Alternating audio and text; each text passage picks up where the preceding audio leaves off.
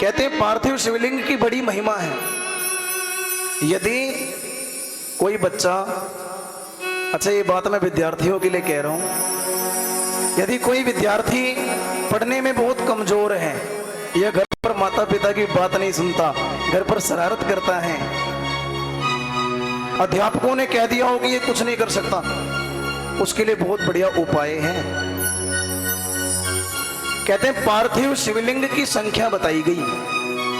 यदि 1000 शिवलिंग बना करके, जो मिट्टी के शिवलिंग होते हैं ना, छोटे छोटे बना लेते हैं धूपबत्ती की तरह छोटे छोटे से, तो जब 1000 शिवलिंग बना करके हम उसमें रुद्राभिषेक करते हैं ना, तो उससे विद्या की प्राप्ति होती है। तो विद्यार्थियों के लिए बहुत अच्छा उपाय है ये।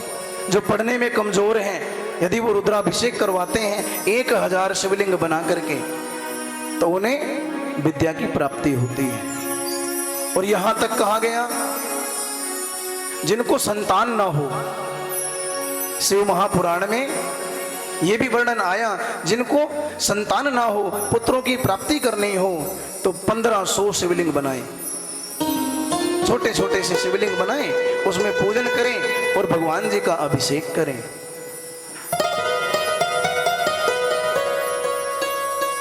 और धन के लिए बताया गया, क्योंकि ये सब चीजें बहुत जरूरी होती है। बिना धन के कोई कार्य नहीं हो सकता। और देखो इतना बड़ा आयोजन यहाँ श्री सत्यनारायण मंदिर में हो रहा है।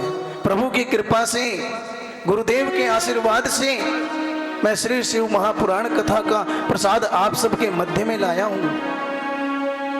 कहते हैं बिना धन के कोई कार्य नहीं हो सकता। और धन प्राप्ति के लिए भी बताया गया कि एक उपाय है। वो क्या है? 500 छोटे छोटे शिवलिंग बना करके पार्थिव, उसमें आप अभिषेक करें, भगवान जी का पूजन करें, तो धन की प्राप्ति होती है। करना कैसे है? ऐसे नहीं बस ऐसे चढ़ा दिया, तन मन और धन से। कहते हैं तन पवित्र सेवा किए, धन पवित्र कर दान,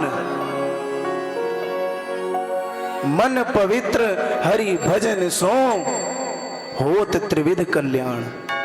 एक कल्याण नहीं होता। तन हमारा पवित्र कैसे होता है? जब हम माता पिता की सेवा करते हैं, अपने बड़े बुजुर्गों की सेवा करते हैं। और आजकल तो कलयुग में लोग बड़े बूढ़ों की सेवा करना भूल गए।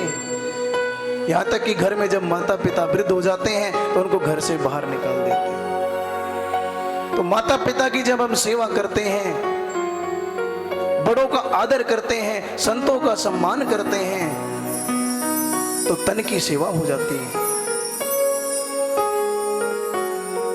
और धन पवित्र कर दान, इतना बड़ा आयोजन हो रहा है, ये सब आपके कल्याण के लिए ही है। गुरुदेव देखो कितना सोचते हैं परोपकार के लिए।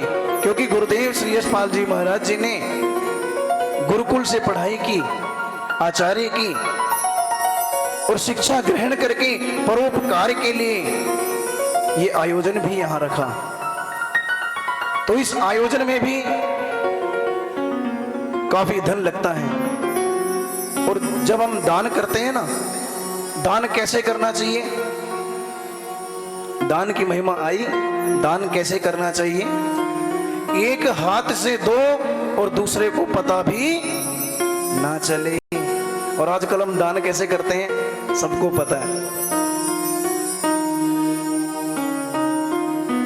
देते केवल 500 रुपए हैं भंडारे में, और कहते हैं पंडित जी हमने पूरा भंडारा करवा दिया, पूरे नगर में गा देते हैं। अच्छा, उसका फिर कोई लाभ भी नहीं मिलता।